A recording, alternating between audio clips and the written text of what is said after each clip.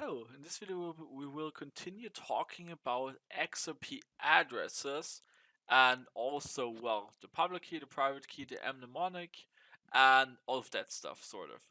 So this will also be the first time we'll actually do a little bit of programming. So the first thing would like to highlight here, so I am myself a software developer and working as a full stack developer at the company. And I also have a focus on Java, so that's why I'm going to use it this time. So there's the X Spring, oh, and I'm mispronouncing it. I have to look again how to pronounce it. But I think they just want to pronounce it Spring for J. I think you should pronounce the X like an S, but I'm not quite sure yet. But never mind. But the important part here is we will be talking about a little bit more about the addresses and also how you can generate your own addresses programmatically.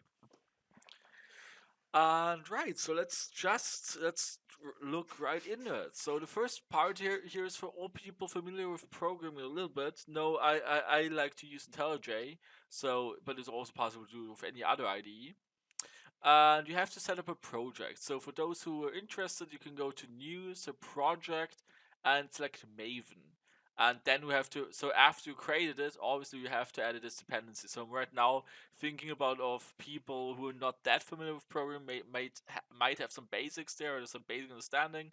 Then you add a section here under dependency. So there might be at first it's also not there. It looks like that probably.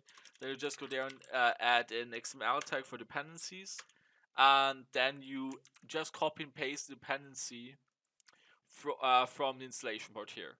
Okay, just copy that, paste it there, and then you have to refresh the Maven. So you go to Maven, then it's going to download all of that. So it's going to download the jar, the package, and right.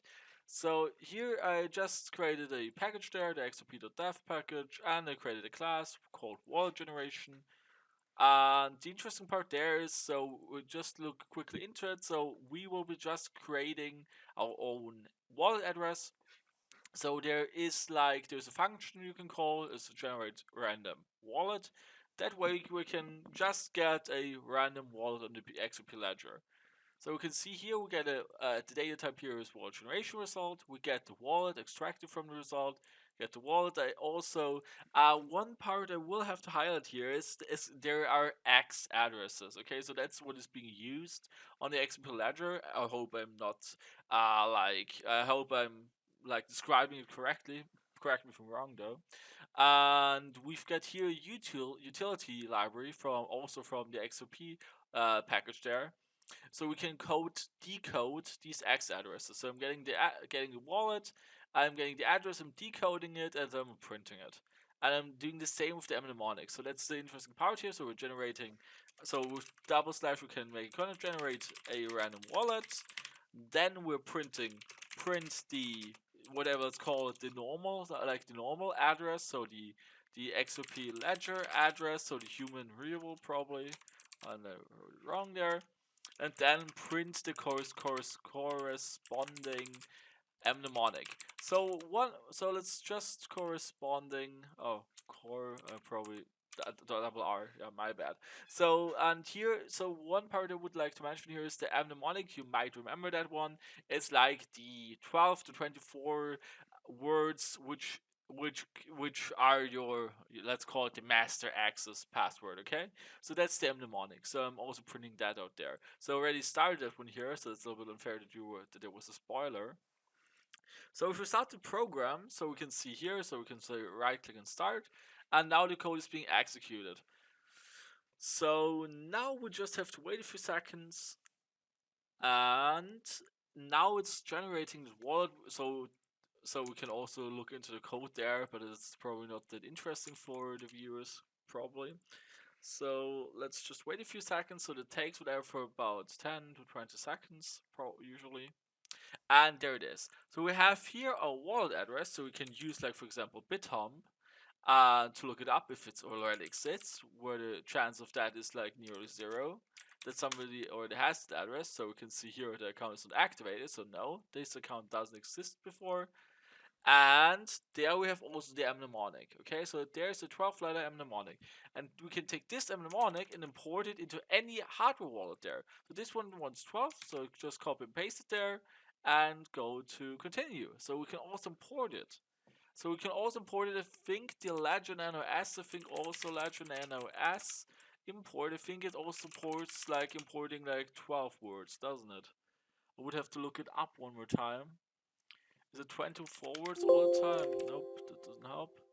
Add your accounts. Ledger Nano S. Oh, so Ledger Nano S restore probably. Nano S restore. That would be rather the correct whistle from recovery phrase, and would allow like taking also 12. I'm not sure though. So let's see, it's print confirm recovery phrase 24 words. Yeah, this one wants 24 words, so we might be able to like extend it. Maybe, I don't know though. To take 24, but never mind. It's now do it's with 12. So now it's forcing you to enter a password. I'm just gonna use something. 3, 4, 5, 6, 7, 8. Ah, damn it. Okay, then I have to do something more serious here. Also there. Then there's the paper backup again. And it's now asking which one was on there. But neglect more margin. Neglect was there. And right, so now we restored our entire wallet. And if we just go to like assets and then go to XRP, we can see the corresponding address here is the RABZ whatever, and if we just compare it, it's an exact match. So obviously it has to match exactly. But this might be even the safest way you can generate your own wallet, because it's your own code more or less. So you're running your code locally, so you know that this code was run in this pre-calculator or whatever. This might be the safest way to generate your own wallet when you understand the code though. So obviously you have to trust the makers of the XRP4J toolkit. But well, it's not the of the XRP toolkit, but of this library here. But yet maybe it's more trustworthy in other places. So that might be something to consider here. So it might be interesting. So if I run the program again, you can see if I run it again, there's another mnemonic being generated and another public address I can see there. So right, so these might be some interesting things to you. Also, if it runs again, so we can see it just takes a while until it's done. So we can also work with the with this library pretty good. So yeah, again, there's a new address. We've got a new mnemonic. So it's again 12 words. I am not quite sure if we can manipulate that. For example, say it should be 24 words long. So we can also maybe see if the wallet generate random wallet. They only take a wallet from keys. Okay, yeah, I can give it the public key and the private key and then get a wallet based from the keys. But yet I can't specify probably. So we can let's just check can get the address, the private key, the public key. So it might be interesting. Let's also print those out so we can see a little bit more there. So we're also gonna get the new wallet and get the private key and also the public key. So we can maybe this might be more interesting to you. So also knowing what that looks like. Well, I'm gonna use person as and okay, yeah, public key, well, okay, public key. Then let's also do the private key there. So okay, the private key, and there it's already private key, and then let's get the public key there. Okay, and let's also start it again now. No, I'm also gonna do it one more time. So with the address, select that one here. Okay, let's do one more time there. So this is like a video to understand like the generation a little bit closer, and also like to just do some fooling and playing around with the technology there. So it's loading. So again, it takes like 20 to 30 seconds to execute this code apparently. Maybe it's also if you have a faster computer or something like that. It should maybe be faster, I don't know though. So I didn't experiment with that. So probably not.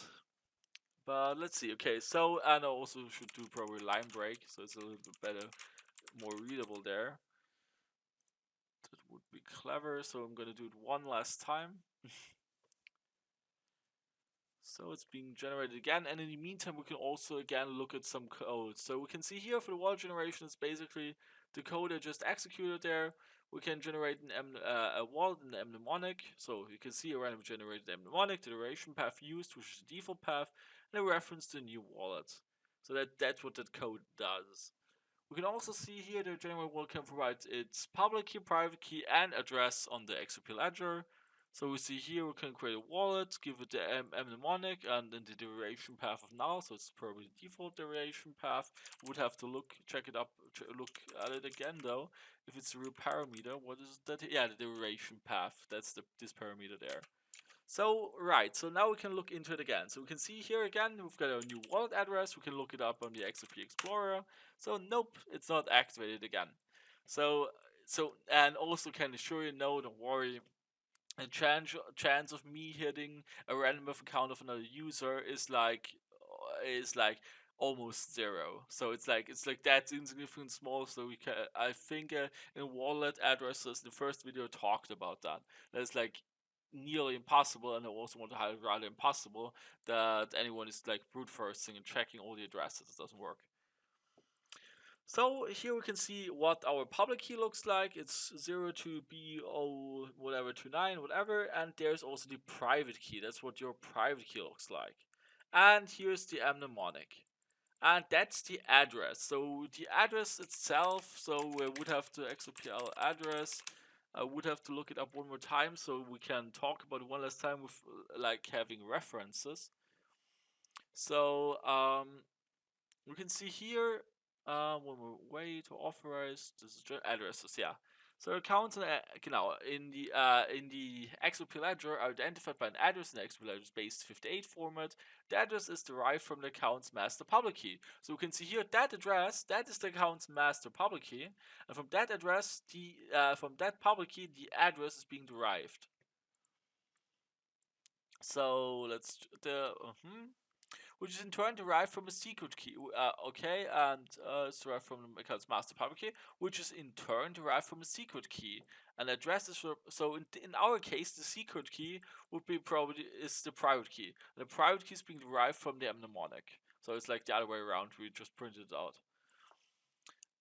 We can see here the characteristic of all that. What else is there? We can propose an X address format that packs the destination tag into the address. These addresses start with an X for the mainnet, yep, or T for the testnet. So these are also these X addresses. So if we print it out one more time, so if we just try to print out the like the normal, whatever the normal address, so address, let's call that one X address, yeah.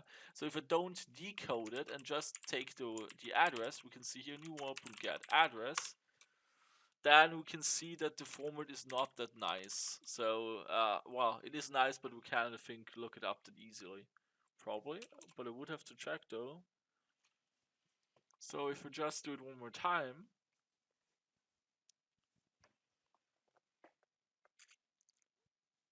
Because the thing is, we are always using these normal addresses. So whenever we want to send XP to another address, we're using like the normal, well, let's call them quote unquote normal addresses. But there's like this format here, the X address. But we can also check if we can look those up.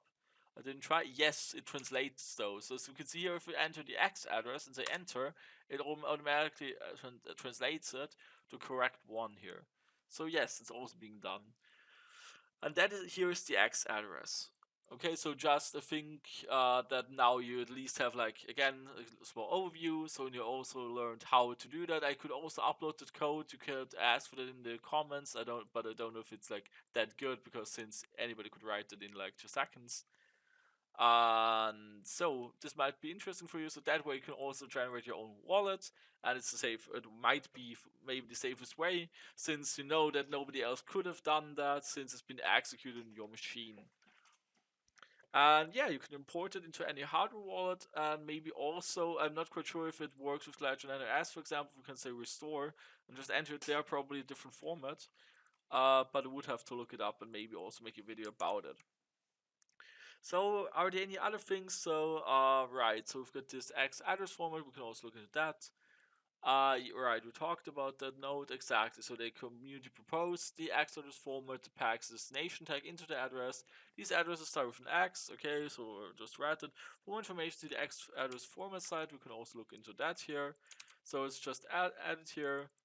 Oh yes, so we can add this to encode decode. I entered here. I'll probably go next, and now it's being decoded. And it also works the other way around. If you take the decoded address, it's being encoded. So that's obviously how encoding works. So encode and decode an address. So that's the implementation here. App sending XRP when sending XRP to users. Your service most likely allows users to input their XRPL account address, which retrieve the deposit address. Okay, yeah. So there are just some notes how it probably works is better. So that's just the X address form, which was added later. So, right, so this was basically it in this video, what I wanted to talk about. I hope it's now, again, like a little bit more clearer how stuff is being generated, how to generate that yourself, and see you in the next video.